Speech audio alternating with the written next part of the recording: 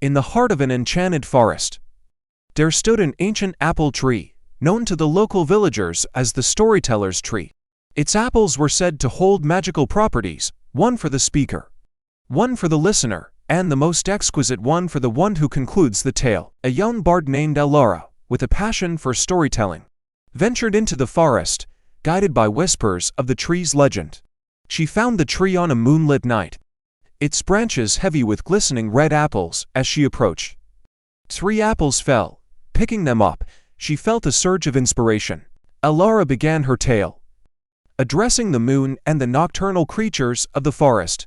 The first apple, she decided, was hers. As she spoke, her words wove vivid images in the night air, and the apple in her hand glowed softly, filling her with warmth and confidence. The second apple, she declared, was for the listener. At this, a timid fox emerged from the underbrush, drawn by her voice. As she continued, the fox listened intently, and the apple meant for it shimmered with a gentle light. Elara's story grew richer, and the forest seemed to lean in, captivated by her narrative. But as the tale neared its end, Elara faltered. The final apple, the most luscious of all, awaited its claimant, the one to conclude the story. Despite her skill, she was at a loss.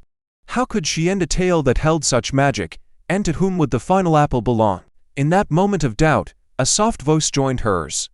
It was the fox, speaking in a language she didn't know but understood perfectly. As she was speaking, a Katsune form was revealed, and in the end the fox had a human-like form. Together, they wove the conclusion, a tale of friendship and magic that transcended the boundaries between human and nature, speaker and listener. As they finished, the third apple shimmered brilliantly. Elara reached out to the fox, offering the apple, but the fox nudged it back to her. They had both concluded the tale, it seemed to say, and thus the apple belonged to both. As they shared the apple, a new understanding dawned on Elara. Stories are richest when told together, a tapestry of multiple voices and perspectives. Elara left the forest with a new sense of purpose.